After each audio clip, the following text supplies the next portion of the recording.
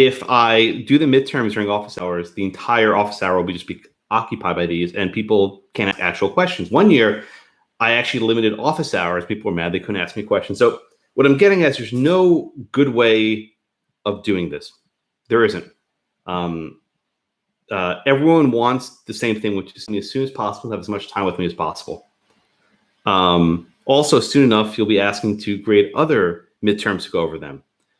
So I have a couple thoughts. None of them are ideal, but this is what I'm thinking. This year, I started giving actual comments on the page, and I started giving what do you call it? Actual feedback, with the comments. I also gave you your numerical breakdown, point by point, where you lost points, where you gained points. And I did that for a reason. I think it will decrease the amount of time these sessions take. In other words, when you come to see me, you should have a good idea of why you got the score you did. Also, I spent an entire class period going over the midterm. I've never done that before. And well, you didn't ask that many questions, but that was your chance. So my hope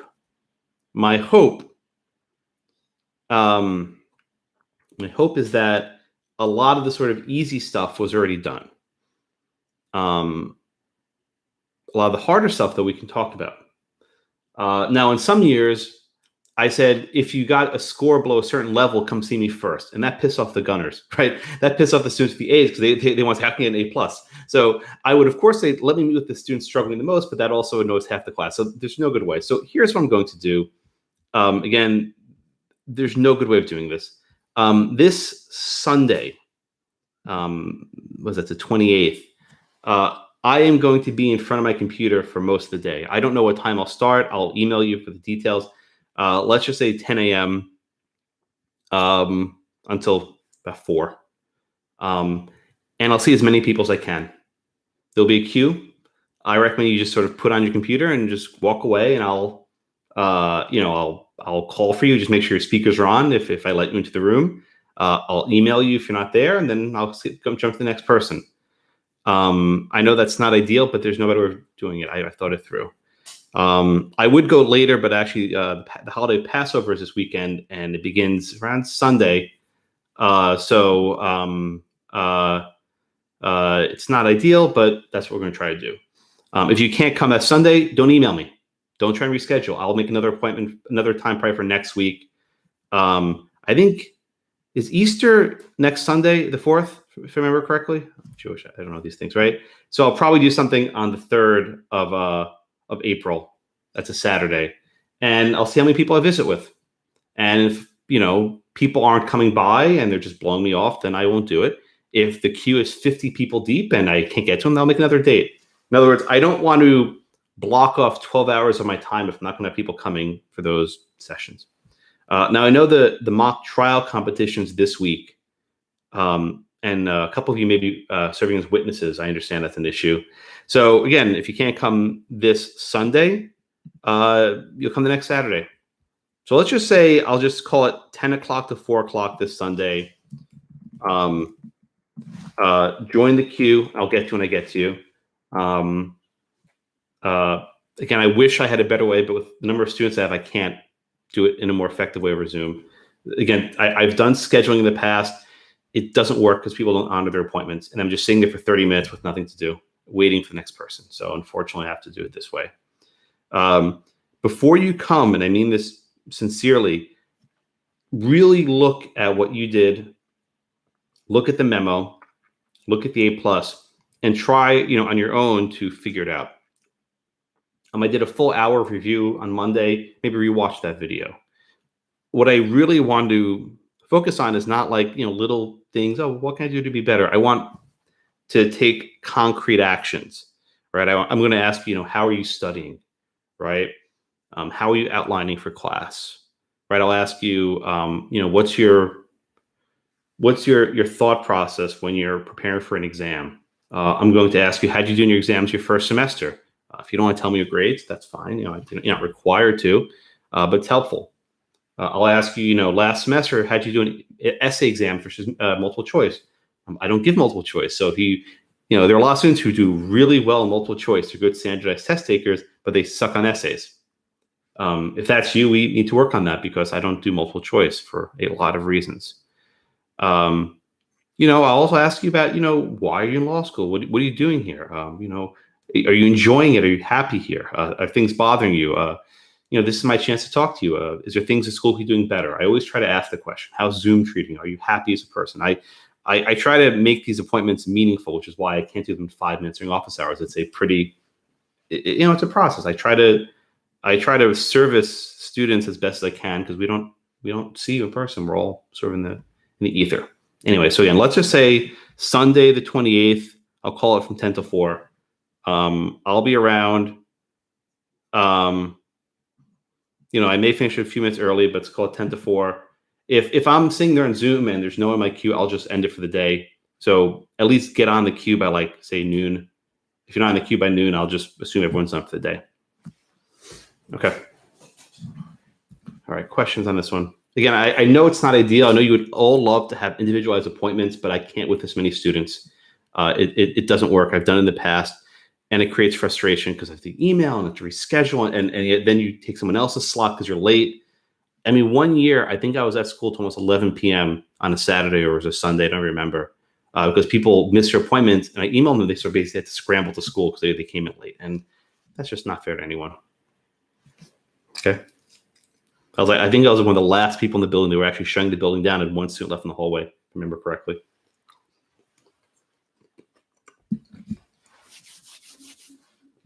Anything else? No? Fair? Do the best I can, guys. I'm sorry. At some law schools, they have, 1L small group sections with 20 people for like property or con law, or that'd be awesome, right? If I had 20 of you, I would just make an appointment to meet you for an hour, and it'd just be fantastic. But I can't do it with however many students. I have 160 students a semester. I can't do it. All right, let's move on. All right, so midterm in the past. We're going to move on to the next topic.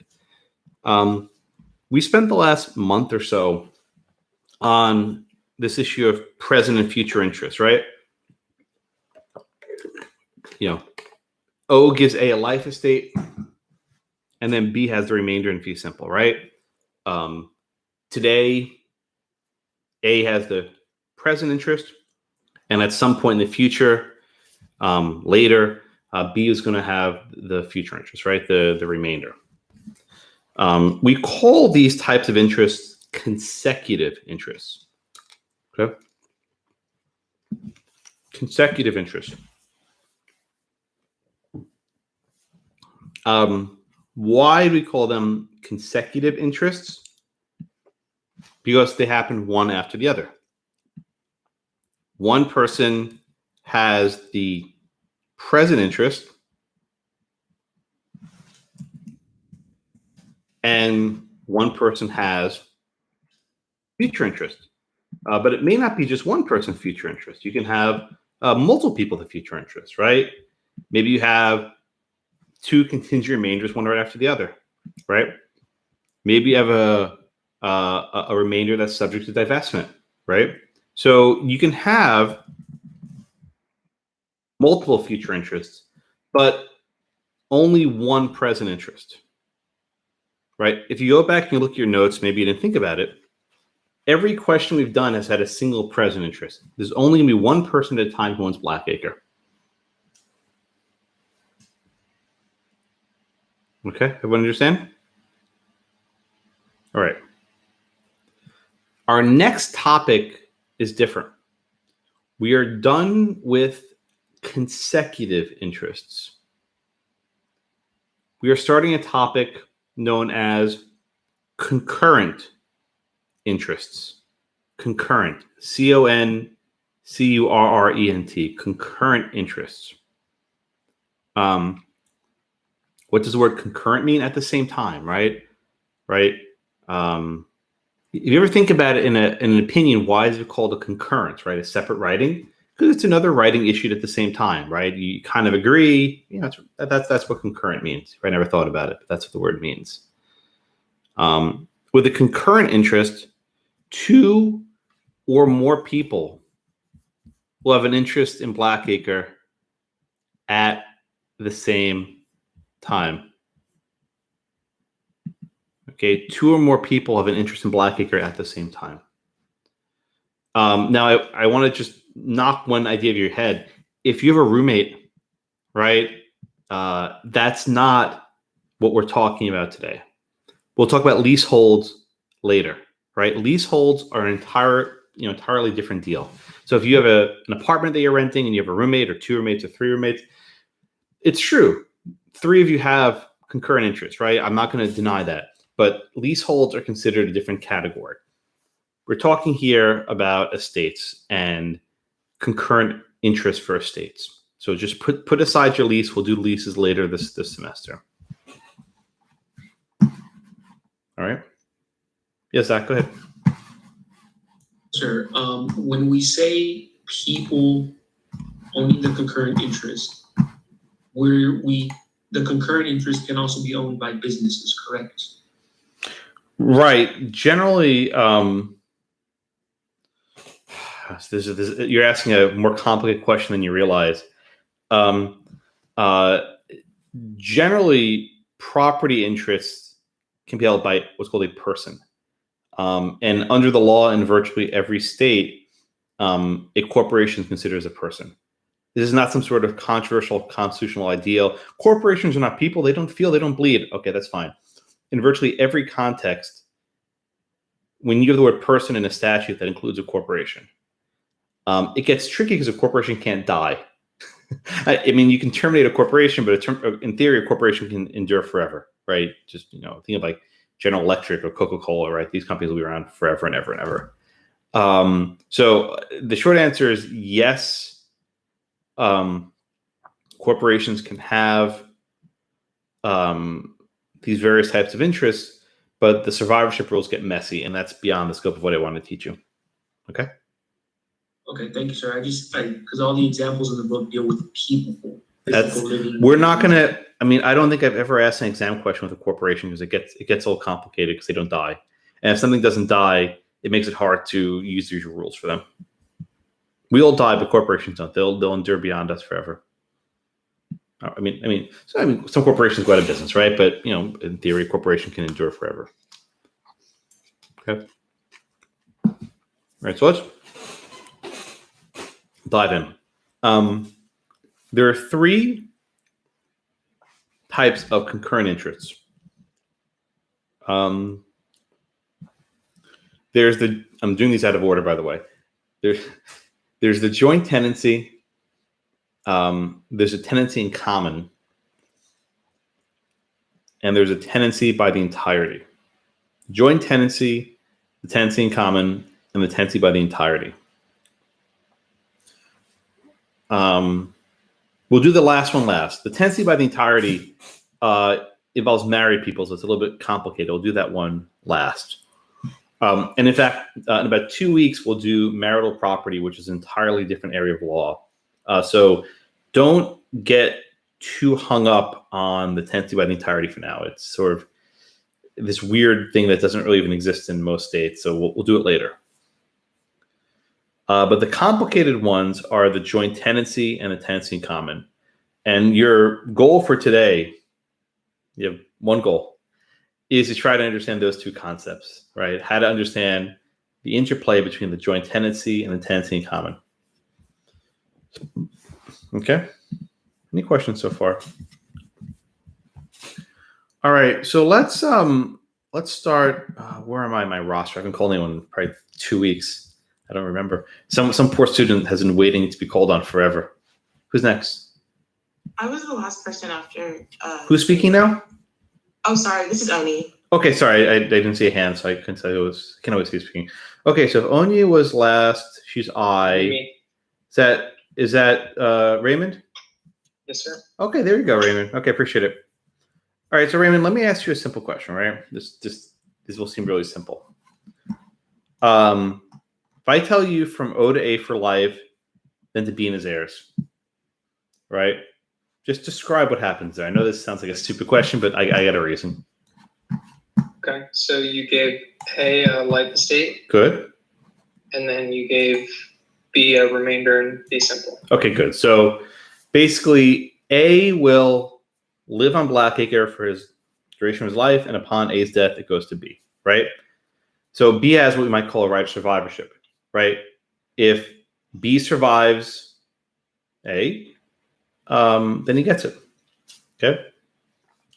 Now, what if I want to do something different, Raymond? What if I want to say A and B can live on Blackacre together, and whoever lives longer gets it in fee simple? Can I do that? You'd have to make them joint tenants. So what would I say? How would I do that?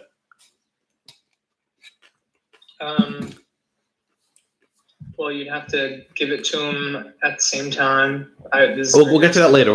Right? But Okay.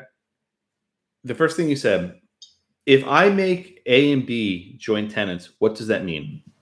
They're like, it's like a one person, but one person owning it. There's one title, but they share it. Okay, but my question is different. What happens when A dies? Nothing. He just keeps it In fee simple. Okay. All right. So if we're going to take a look at question number 1, I think this will, if you're uncertain what I was doing with Raymond, thank you, Raymond. Very good. Let's look at question number 1. Okay. Short answer. This should be easy. So you have this conveyance. Blackacre, comma, from Oscar to Adam and Betty as joint tenants. What interest does Betty have when Adam dies?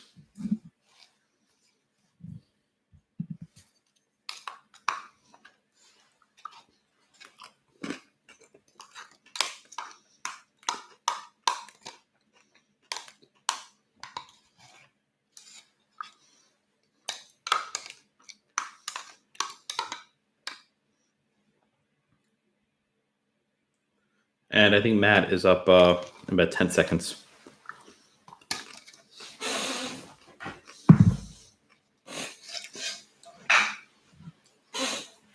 Okay, Matt, you there? Matt? He's in the class. Oh, I'm sorry. Thank you. I apologize, Matt. I see your hand waving. Okay, there you go. Okay, Matt, what's your answer here? I put fee simple Why is it a fee simple? because I believe Betty would have the right of survivorship. Okay, so is the right of survivorship, Matt, a present interest or a future interest? I kind of see it as a future interest, but I also can see how it could be a present interest. Yeah, it doesn't really fit in either, but I just from my, explaining it to you all, I would try to think of the right of survivorship as sort of a future interest. Yeah. Right? It's not exactly, but it's sort of future interest. And in this case, Matt, let me ask you a follow-up. Adam and Betty are still alive, right? Mm-hmm. Do they both have a right of survivorship? Yes, because when one joint tenant dies, the other joint tenant becomes Okay, so that's correct, Matt. They both have this sort of future interest. Will they both be able to exercise that future interest? Matt? No, because, well, depends who dies first. Right. No, but my question, can they both exercise it? I believe so, yes. Well, will they both? Well, I guess not because Yeah, there it is. Yeah, Okay. one of them dies then. Yeah, that's good. Thank you so much, Matt. Excellent. So this right of survivorship is a very powerful future interest. And it's not exactly future interest, but it's close enough, right, for our sake. They both have it, Adam and Betty, but only one of them will be able to exercise it because the person who survives the longest gets it. If Adam dies first, then he doesn't get anything. His heirs get nothing, right? Nothing goes to his will, right? You cannot convey a joint tenancy through a will because once you're dead, you have nothing. It goes to the other joint tenant in fee simple. In this case, it's Betty. All right, Zach, is your hand up? Yes, sir. Isn't this a pure contingent remainder because it's contingent upon somebody dying? I was so happy I was hoping you would say that. It's not correct, but let me explain why. A couple of you actually put in the poll a remainder, right? Different types of remainders. Okay. So people put. Someone put an undivested remainder. I think they meant contingent remainder, which is not exactly right. Let me explain why. A remainder will follow a life estate. A joint tenancy is not a life estate. Okay. The most important word in this conveyance is and, A-N-D, right? When you see the word and, when there are multiple people, do not think of it as a life estate. It is not a consecutive interest. When you see the word and, you have some type of concurrent interest. And when you have a concurrent interest, the future interest cannot be a remainder, right? When you have a concurrent interest, the future interest is going to be a right of survivorship for a joint tenancy. Okay. It's very common what Zach just says. Don't feel bad, Zach. It's very common that students will trip this up in the exam. They'll say, "Oh, right. Well, when Adam and Betty are dead, that's kind of like a life estate, and after life estate, you have a remainder. Oh, so it's a contingent remainder because it depends on which one lives longer." Just get that out of your head. When you see this word "and," we're dealing with consecutive interest. Concurrent interest. We're not dealing with the remainder and life estate. I put fee simple. Okay, that's correct. But I can't quite conceptualize how this is not a life estate because they can't convey the interest anyway. And the interest term. Well, no, that's not true. That actually that's another difference. It's not true. They can convey it. We'll get to it in a minute. Adam absolutely can convey his interest to someone else. Oh, and it won't last. Let me make this point for Zach. So I was going to do it in 5 minutes, but I'll do it now. Let's just go back to question number 1, right? Let's say Adam sells his interest to Chris. Right, Zach? How long will that estate last for then? The duration of Chris's life. Is it based on Adam's life? No. Right. A life estate is going to be limited to the lifespan the person grants to initially, right? If Adam has a life estate and he sells his interest to Chris, Chris has the life estate per atra v. It's still measured by Adam's life. But here, if Adam sells his interest to Chris, right? At that point, Adam's lifespan becomes irrelevant. The interest will terminate when Adam dies. That another good difference? Yeah. I just forgot about the case we looked at, which answers that question. Okay, good. Good question. No, you're not alone. About 4 or 5 people in the class put a remainder, so I wanted to get that, and you gave me a good chance to do it. All right, so yeah, the answer here is a fee simple because there's a right of survivorship. It's a very powerful thing, this right of survivorship, right? And it's very common with married couples, right? Imagine there's a husband and wife, and they live in Blackacre, and they live together, and they don't have a will, right? They're not sophisticated enough to have a will, and there's nothing wrong with that. If their house's title is joint tenancy, immediately upon the death of one spouse, the other spouse will get the property in fee simple. There's no probate, there's no litigation. It's snap, immediate, right? It goes right away. So it's a very meaningful way that couples can protect their property upon death.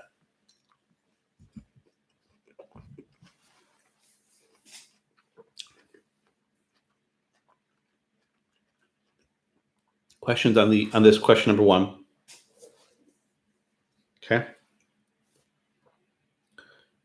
We'll get to how to create the tenancy in common in a few minutes. Or how to create the joint tenancy in a few minutes. I want to do another question first. All righty, everyone. Take a look at question number 2, please. Blackacre, from Oscar to Adam. Again, end. This word end is your red flag. If you see the word end in there, you know that we're dealing with a concurrent interest. Blackacre, from Oscar to Adam and Betty as tenants in common. And so the question here is the same as was the last question. What interest does Betty have when Adam dies?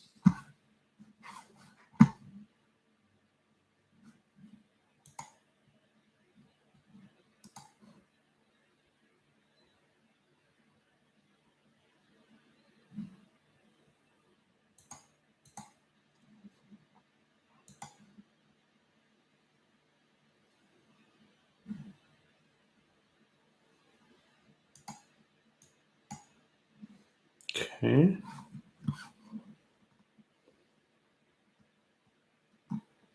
Okay, we got a range of opinions in this one. Okay, we got a good divergence. James, you here?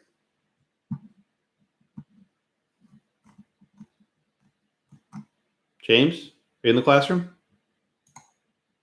Is he in the classroom? No. He's not here today. Well, that's not good. Natasha, are you here? Yes, I'm here. Okay, Natasha, thank you. All right, let's walk through this one, right? So what is the, what kind of interest do Adam and Betty have before anyone dies? They both have a life estate. They both have a life estate. Where do you get that from? Because they have the property as long as they are both alive. What did I say before about when you see the word "and"? Oh, that's a concurrent interest. Yeah, they do not have life estates. And this is a common error. So don't feel bad for making it.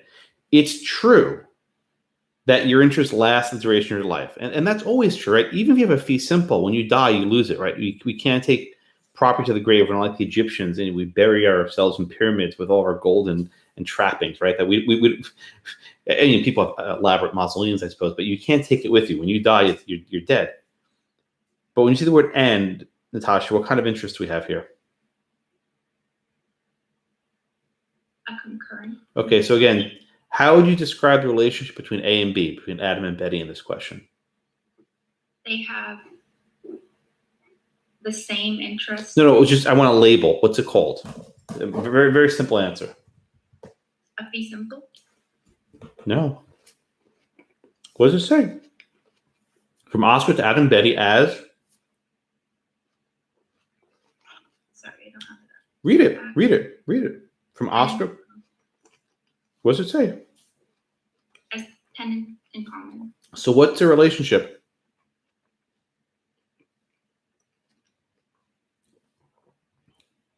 Tenants in common. Yes. Okay. But just again, if you didn't get it, there are 20 people who didn't get it. Why wasn't that obvious to you? What was sort of leading you off from that? The answer is right in front of you. Right. I guess I just didn't know that the interest was called that, but that makes sense. Okay. So A and B are tenants in common. Okay. Tenancy in common. All right. So it's called a tenancy in common. Tenancy in common. Okay. We would say that Adam and Betty are tenants in common. And I realize perhaps my diction is not the best. And when I say the words, it sound the same. But the relationship is called a tenancy in common. Tenancy in common. We say that Adam and Betty are tenants in common. Just you see the difference between tenancy and tenants? I know when I say it, it probably sounds the same, but when you're writing it on your paper, just don't miss up, right? The concurrent interest is called a tenancy in common. We say that Adam and Betty are tenants in common. And I know the words sound the same when I say them, which is why I write them. Yes, James? I swear I don't know what happened to my laptop. Okay, I'll call on you next. That's fine. I'll call on you next. I just wanted to let you know. Okay, thanks. I'll call on you in a minute. Okay. A and B are tenants in common. Right? Okay, Derek, go ahead.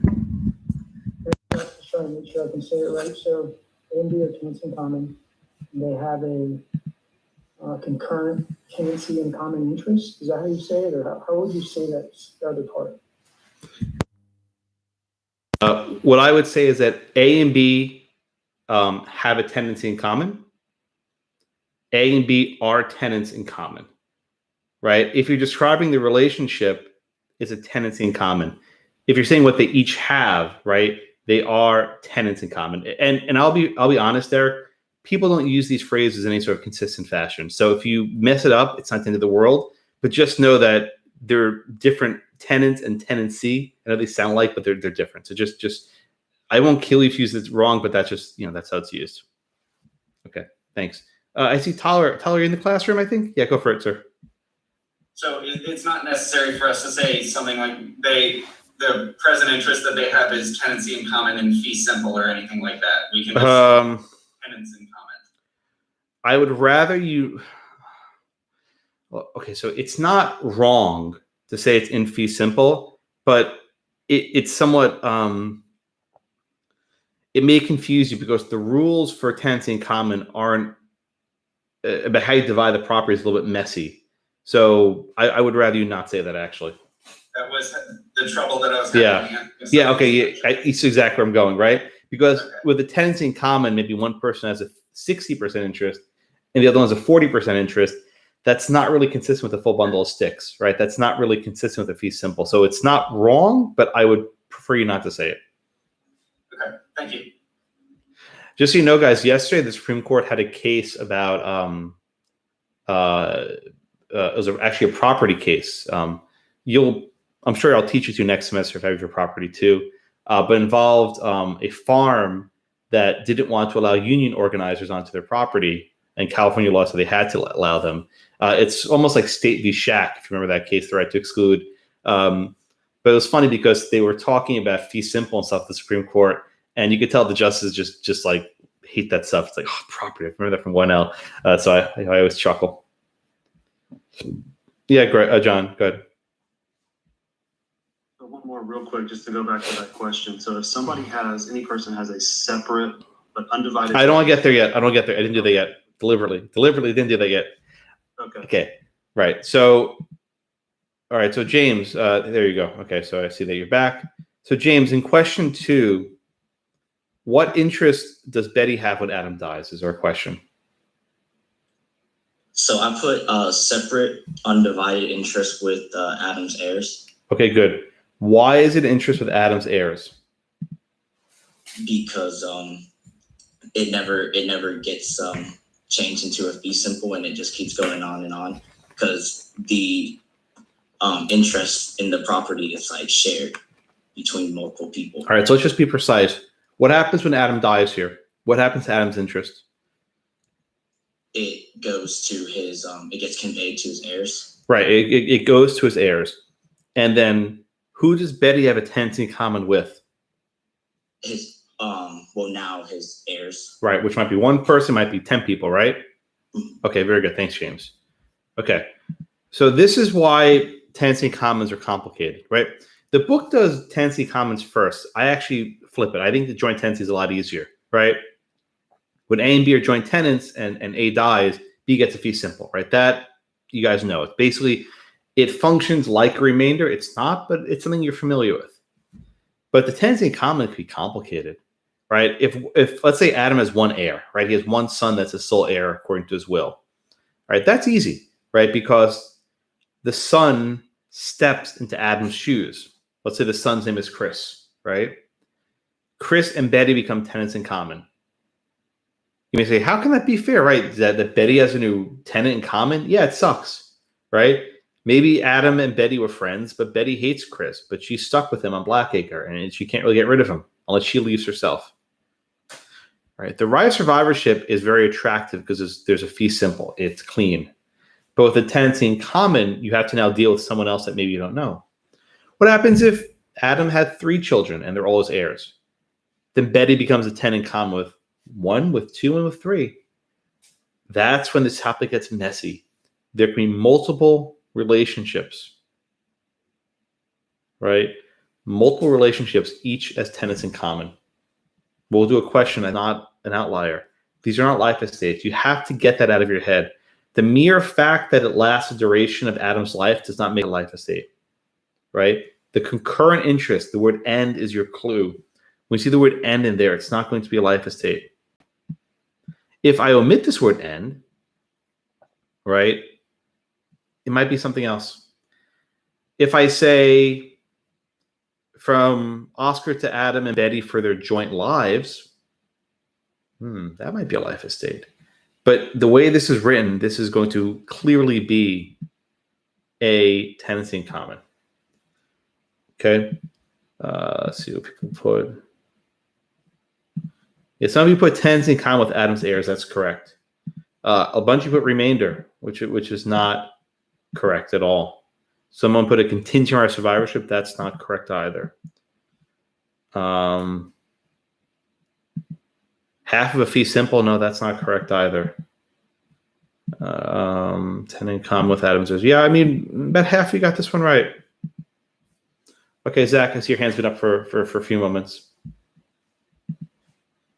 I'm sorry, sir, you answered it. Good. About inheriting A having multiple heirs. But my question after that was going to be, if Adam has 3 heirs, now Betty has to deal with those 3 heirs on an individual basis, or as a group? Let me do question 3 in a few minutes, and that might clarify your thinking. I think my third question does kind of what you're asking. So let me come back. If I don't answer your question, you can ask me again, okay? All right. Questions again, number 2. All right. I'm sure you all know that, or you should know that I post these sort of case summaries. And I was up till 3 o'clock last night working on this one. But I have a summary on concurrent interests, which you should all read carefully. It's if there are typos, I apologize. I was up very late doing it last night, and I didn't get much sleep. But I think it's in decent enough shape. So just give that a read carefully after class. It's short; it's only a couple of 4 or 5 pages, but I think it will illustrate the difference between the joint tenancy and the tenancy in common. There's important difference between the two of them. Okay. Questions so far? I didn't do the case summary for the Riddle case. I'll do that later. I ran out of time because it was the sun was going to come up soon, so I had to go to sleep eventually. Yeah. Matthew, go ahead. Oh, you're in the classroom, sir. Yeah, I see you. Gotcha. So the answer to question 2, what exactly is like the 8 blessings that you would like to see from us? I would say that Betty has a tenancy in common with Adam's heirs. Okay. That'd be the right answer. All right, thank you. All right, now let's go to the topic of how to create a joint tenancy.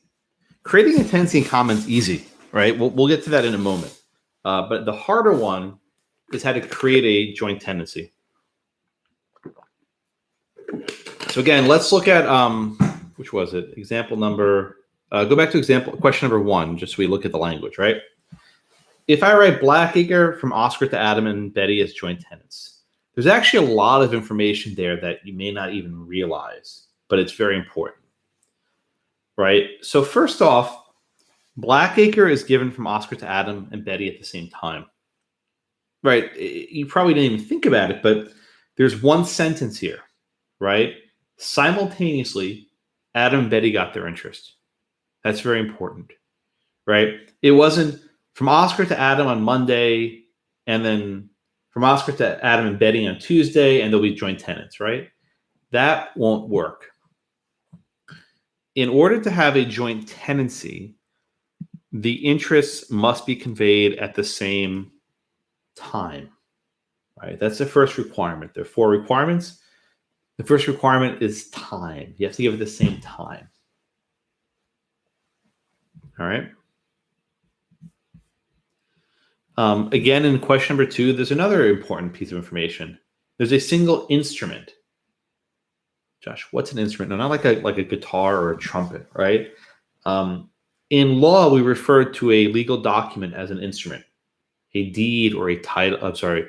A deed would be an instrument, right?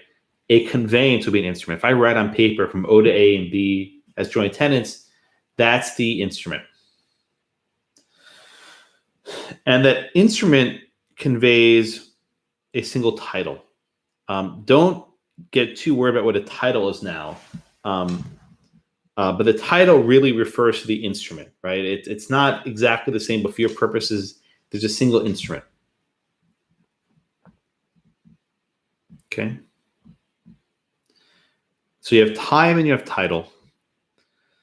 The third requirement is the most complicated one because it confuses students every semester. So I'm going to come back to it. I will do the fourth one. The fourth one is actually easy to explain. The fourth requirement for a joint tenancy is called possession. Let's say Blackacre is 100 acres. A and B must both have access to all 100 acres, right? A can't build a fence and keep B off part of the property, right? A can't put a lock on part of the property. In order to have a joint tenancy, A and B, Adam and Betty, must have possession of the entire thing. All right, so time, title, possession. Those three are actually pretty straightforward. The third one's actually tricky. So any questions on TT and P, time, title, and possession? Bennett, go ahead. Even if A and B have different percentages of interest, they still. Well, no, I didn't get there yet. You're doing number 3. That's why I skipped it. See, I told you. I knew. I've done this before. Any questions on 1, 2, and 4? We'll come back to 3 in a minute. Sorry, Ben. I didn't mean to jump on you, but you did exactly what I was trying not to do. Because if you do 3 first, it gets messy. All right, now I'll do 3. You have 30 seconds at every time. The third requirement is called interest. Interest. All right. The book says that they must have equal, undivided shares. Okay. Equal, undivided shares. Now, this creates like a circle in your head that you can't get out of. If the shares, a share is something that you think is separate, right? I buy a share in Google or Apple, right? I buy 5 shares of stock. And, maybe there's 100 million shares. I buy 5 shares in Google stock, right? That is, the definition of a share is a divided asset, right? If you and I share, right? I get some, you get some. But that's not how the joint tenancy works. When we use the word share in this context, it's not I get some, you get some. It's we share the entire thing. That is, our shares are undivided. Right? Our shares are undivided. We each have an interest in the whole. And that's a very hard concept to convey. So I can convey it easier by giving you what it's not. Let's say that Oscar gives Adam a 2/3 share in Blackacre, and Oscar gives Adam a 1/3 share in Blackacre, right? So Adam has 1/3, Betty has 2/3. I think I screwed the numbers. One of them has 2/3, one of them has 1/3, right? That conveyance cannot be a joint tenancy. It cannot. No way, no how. Why? Because their shares are divided, right? They're not equal shares. So now someone's going to ask me, oh yeah, so Josh, is it like 50-50, right? Adam has 50% and Betty has 50%? Okay, someone's going to ask, I knew that question was coming. It's not wrong, but I encourage you not to think of it that way. Because if you do, you're likely to make a very common mistake, which is to say that Adam has access to 50% and Betty's access to 50%. It cannot be. They each have access to the entire property.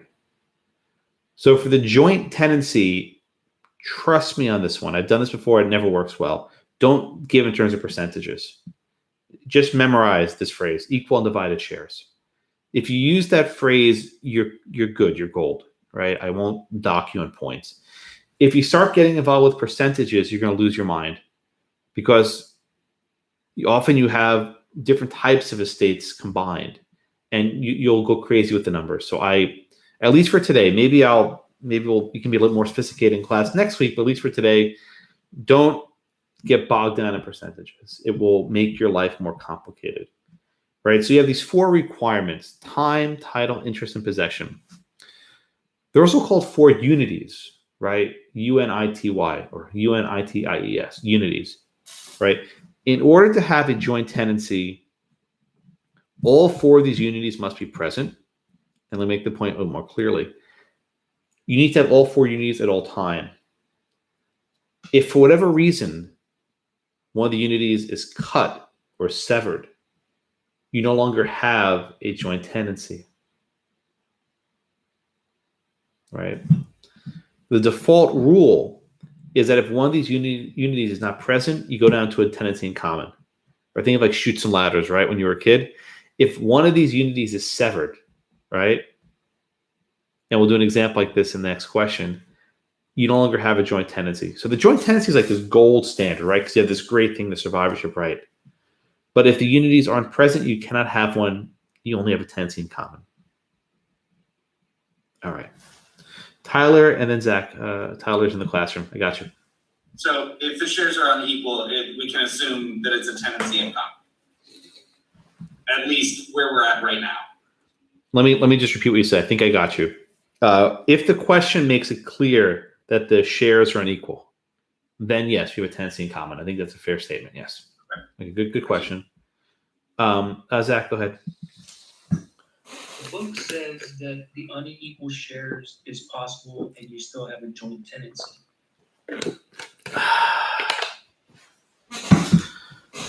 Well, there are 4 unities, so I'm not sure exactly. This is why I'm telling you to not get bogged down in numbers. If you have equal undivided shares, right? I think the key word there is undivided, right? You can have a conveyance that gives 50-50 interests, but the shares are divided. That is, they're not undivided. So I didn't want to do this.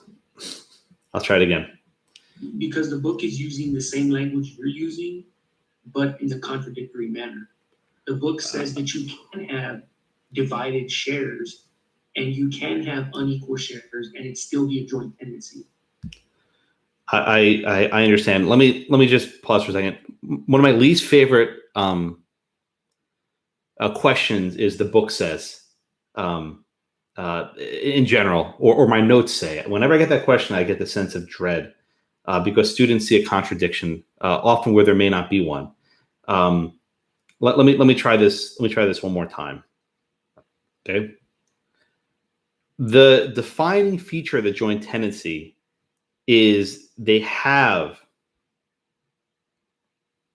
equal undivided access, equal undivided interest in the entire property, right? If that's present, you can have a joint tenancy, okay? There are ways of structuring a joint tenancy in other ways so that you effectively have the same type of scenario. I think what you're at, Zach, are different ways of saying the same thing I am. I don't think there's a contradiction with what I'm saying. Okay, if there is, we can talk about it later.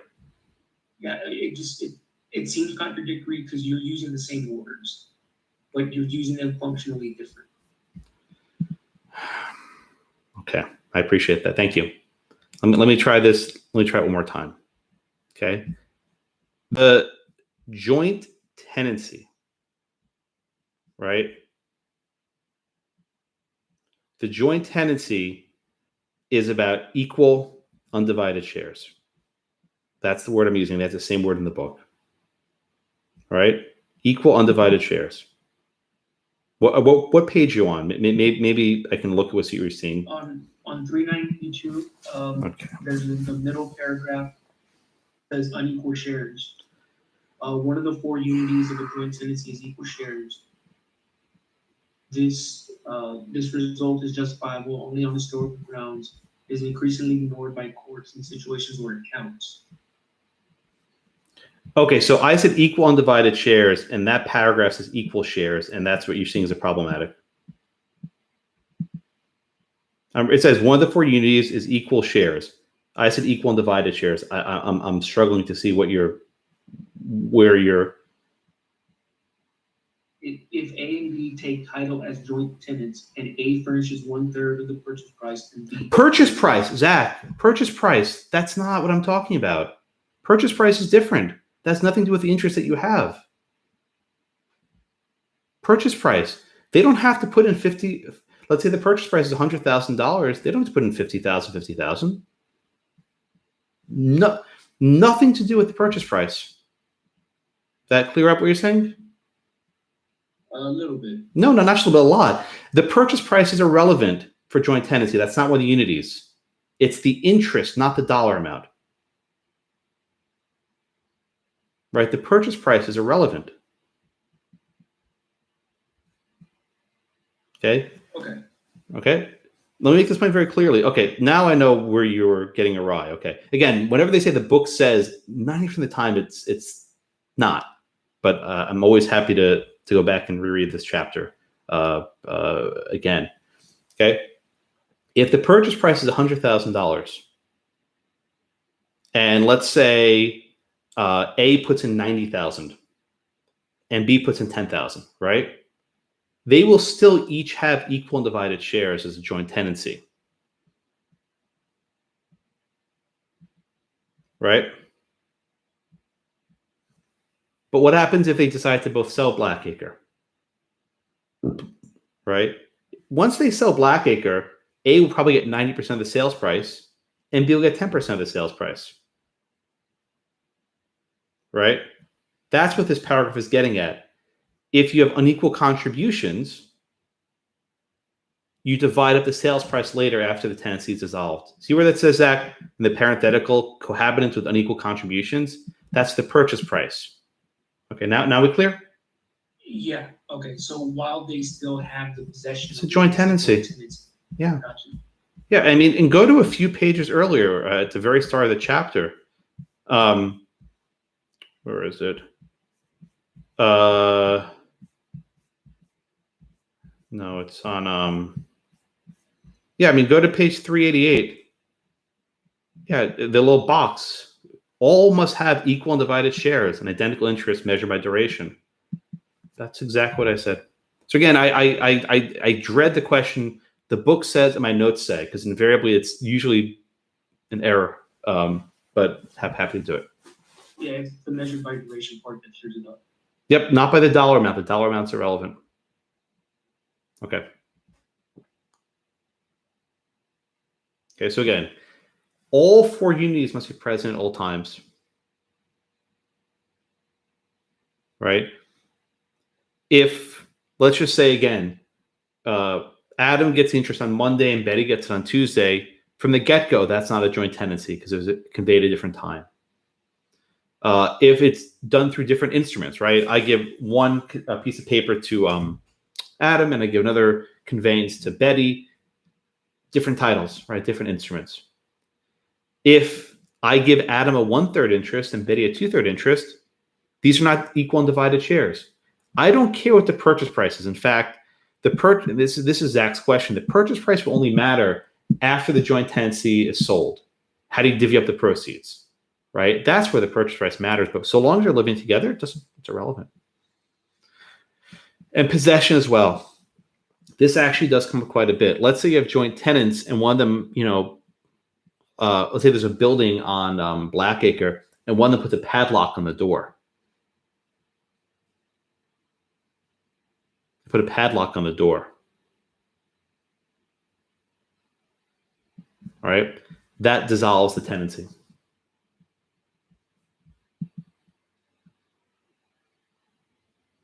Yeah, Nicole. So does the tenancy, it just automatically dissolves? It doesn't need it to be brought into court or anything like that? Mm-mm. Shoot some ladders, right? As soon as the tenancy is severed, the estate becomes a tenancy in common, right?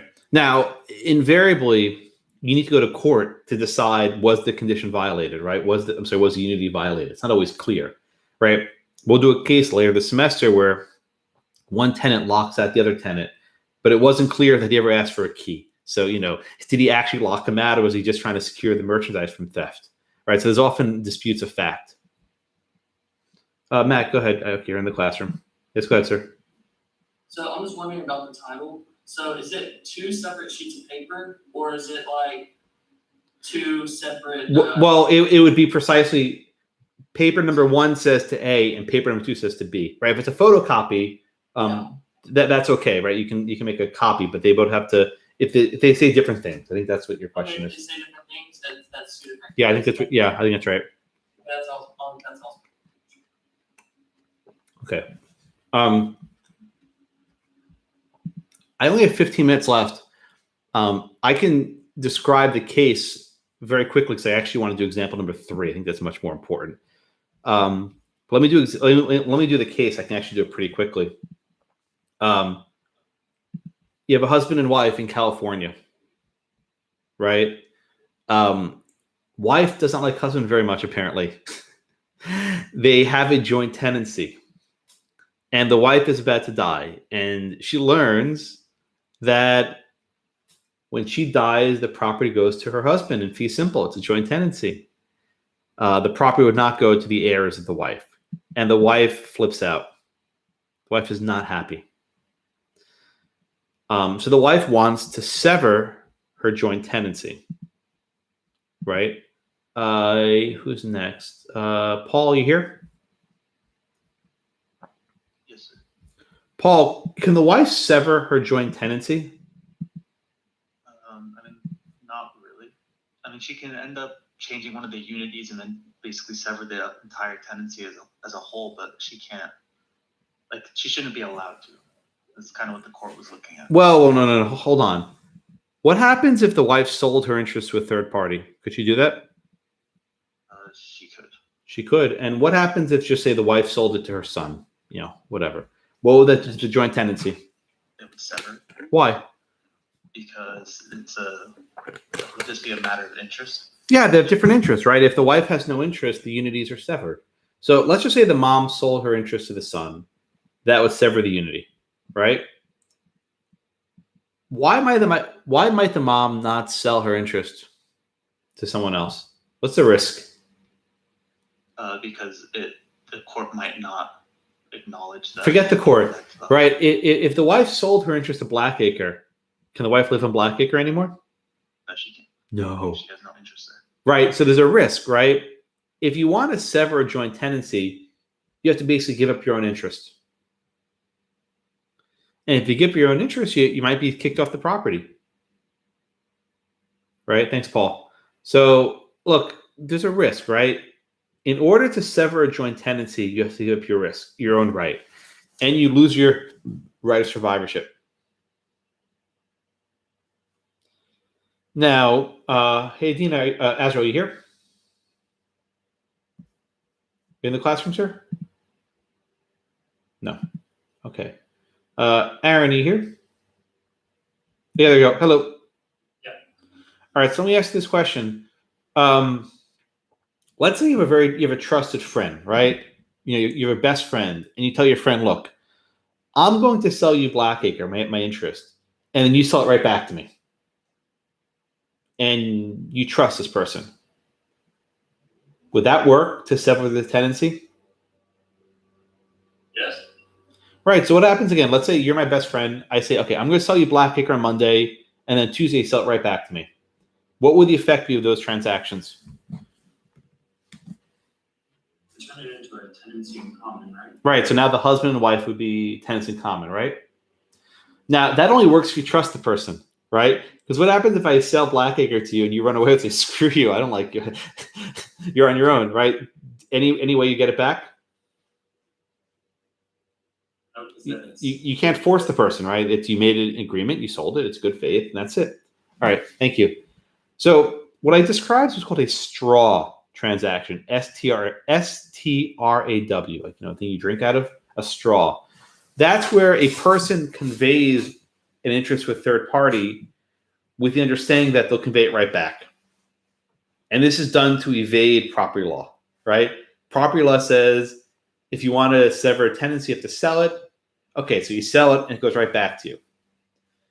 All right. Now, in this case, the wife did not use a straw transaction. She could have, but didn't. Maybe, she was ill. She was going to die soon. She didn't have enough time. She didn't have enough effort. But she took a shortcut, right? She could have sold to a straw man, as it's called, a straw man, but she took a shortcut. She sold it to herself. Huh?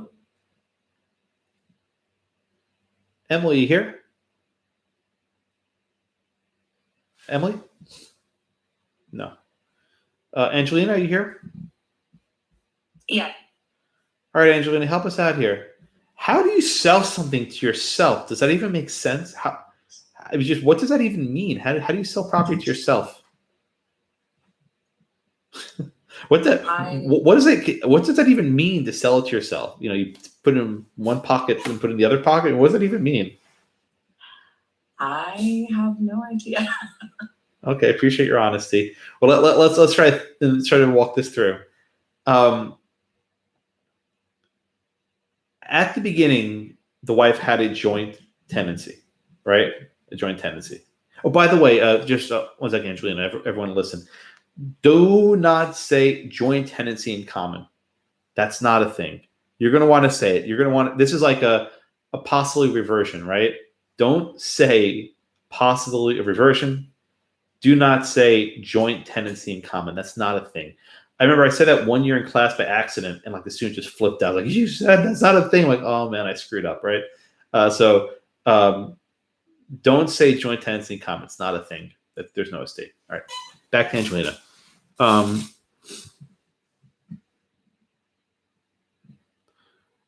If you have, Angelina, if you have a good friend and you sold your interest to your friend and your friend sold it right back to you, is that a permissible way of severing a joint tenancy?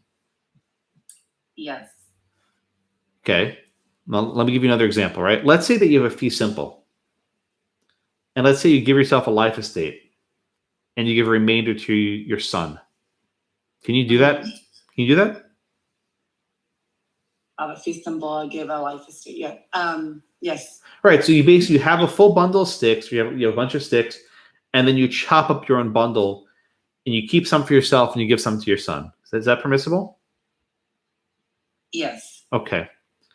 So here we have this interest called a joint tenancy with this sort of right of survivorship. You have this beautiful bundle of sticks.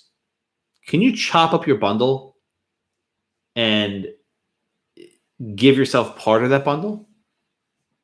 In a joint tenancy, no. At common law, you couldn't.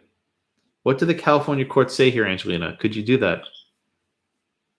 They said that one tenant may unilaterally sever a joint tenancy without the use of an intermediary device. Good. And how? Then last question, you're done. How can one person sever the tenancy without involving? The transfer of property to another party, like No. But that's not what happened here. The wife didn't transfer to third party. What did she do here, Angelina? Who did she transfer to? She conveyed the interest to herself. Yes. Yeah. Exactly. Okay. Good. Thanks, Angelina. So conceptually, this is complicated, right? But I want you to think of it like the example I gave Angelina. Imagine you have a fee simple, and you chop up your fee simple and give yourself a life estate. You can do that, right? You take this sort of bigger estate and you make it smaller. So you start off here with a joint tenancy, and you basically sell yourself a a tenancy in common. It's not exactly the same as a life estate example, but it's conceptually similar. So that's what I want you to think about. At common law, the court said you can't do that. You have to use a third party. You have to use a straw, an intermediary. But we're in California, and I'll give you a general rule. Any case in your book from California, they're going to reverse the common law rule. Trust me on this one. If you have a case from California, they're about to reverse the common law rule because that's what they do in California, right? Sunshine Hollywood, and they reverse the common law. That's what they do. Okay. The court says this common law rule doesn't make sense, right? If the wife could use an intermediary, a straw man, and sell him the property and get it right back, that's a waste of time, right? There's no reason why you have to go through all those complicated steps to convey a property, to convey it back, if you can just shorten it, right? Do it in one step. So here the court says we are getting rid of the common law rule. We're getting rid of the common law rule.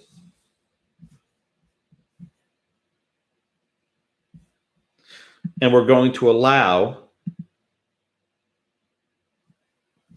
one person to transfer the property to herself.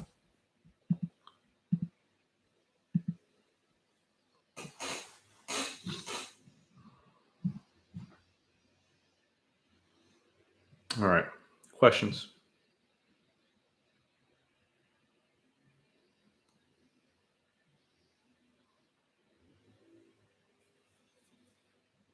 We'll come back to this concept of straw man later. There are a lot of areas of property where a common law, you had to basically use a third party to transfer and transfer back to sort of wipe the slate clean. But the California court says it's not necessary.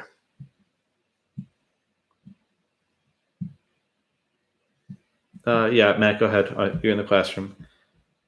Are you going to ask me what the majority rule is? No, it's not, Okay. it's not straw transaction. What's your question? I will ask you about that here in a bit. So whenever you have a straw transaction and you convey it to a third party and you get it back, you get it back in tenancy in common, right? Not in joint tenancy. Right. In this case, if the wife uses straw, when it comes back to her, it becomes a tenant in common. Okay. Well, let's look at question number 3. I don't have a terrible amount of time. I might not be able to finish it, but I actually want to start it. All right. So let's look at 3 and particularly 3A. So here are the facts, guys. O conveys Blackacre to A, B, and C as joint tenants. Okay. And we learn that A conveys his interest to D. So my question for you is this. What is the relationship between B and C? Again, O conveys Blackacre to A, B, and C. They're 3, not 2, they're 3. As joint tenants, what is the relationship between B and C?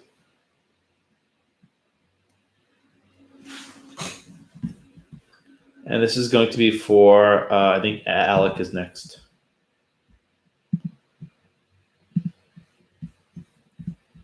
All right, another 5 seconds.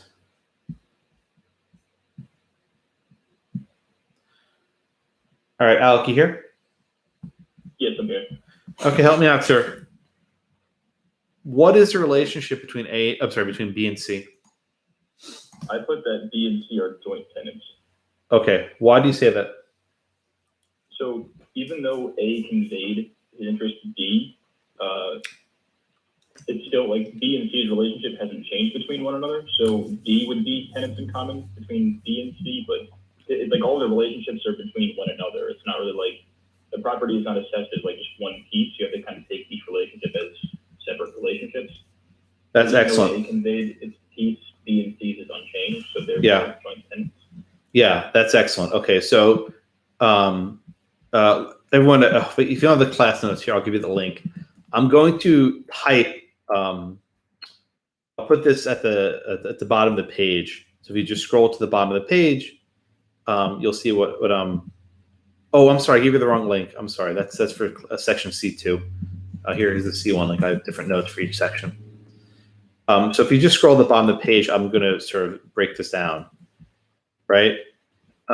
Screen share. Okay. There are 3 relationships here. Okay.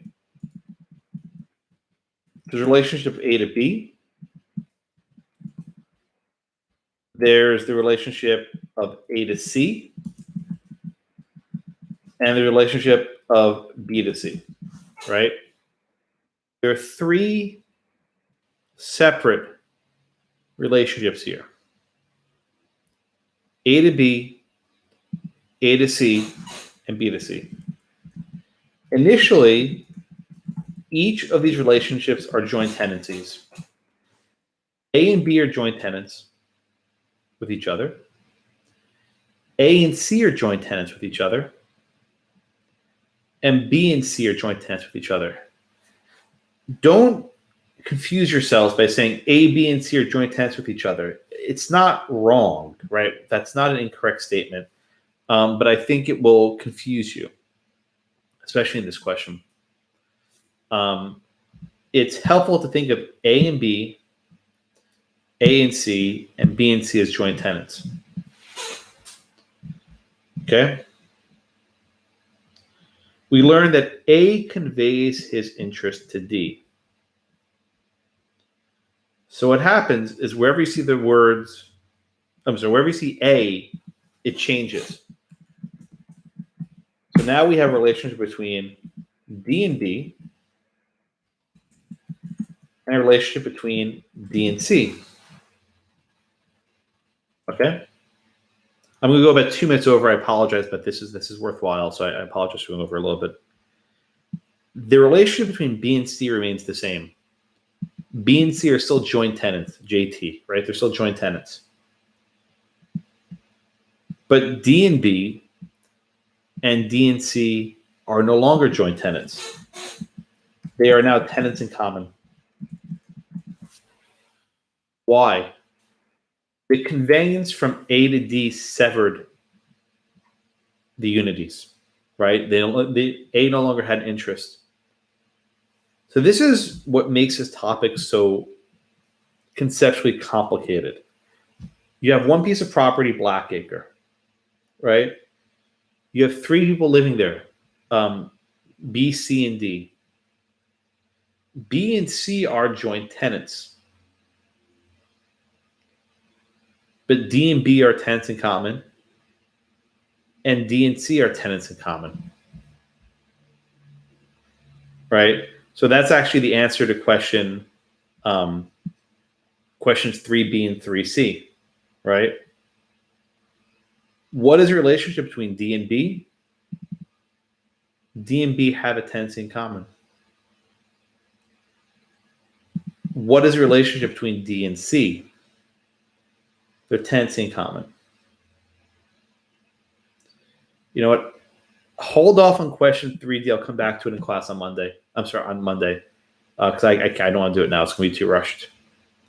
But at least for questions 3A, 3B, and 3C, right? B and C have a joint tenancy. A and B have a tenancy in common. And A and C have a tenancy in common as well. If you want over the weekend, think about question 3D. I would probably come to class prepared to answer this question on Monday. I think it's where I'll start. Okay. Questions. We're right at the 15-minute mark. Questions so far? Yeah, Matt in the classroom, go ahead. Is there any way for D to become a joint tenant? Yes, but you'd have to start from scratch. You'd have to convey Blackacre to a straw, and the straw would have to convey Blackacre back to B, C, and D as joint tenants. Okay, so you would have to use the straw transaction? Yep, exactly. Okay. All right, let me wrap up a bit, and I'll start the minute poll for you all soon. And I apologize, there's landscaping going outside my window, so you can hear a lot of noise. It's very important to distinguish the tenancy in common and the joint tenancy. Don't worry about the tenancy by the entirety. We'll come back to that later to do marital property. I almost don't even want to mention it yet because it sort of confuses more than it adds. But when you have the joint tenancy, the key feature is a survivorship right. When you have the tenancy in common, there's no survivorship right. But in order to have a joint tenancy and to keep a joint tenancy, you have to keep the unities alive at all time. If at any moment the the unities are severed, you go right down the ladder to the tenancy in common, and you lose that benefit. Now, a joint tenant can deliberately sever, right? Can deliberately sever his interest by selling his interest to a third party, but doing so converts it to a tenancy in common and gets rid of the survivorship right. So it's a risky move. And at least in California, you can convey your interest yourself, thus killing the joint tenancy independently, unilaterally. Okay. All right, I'm done. Questions?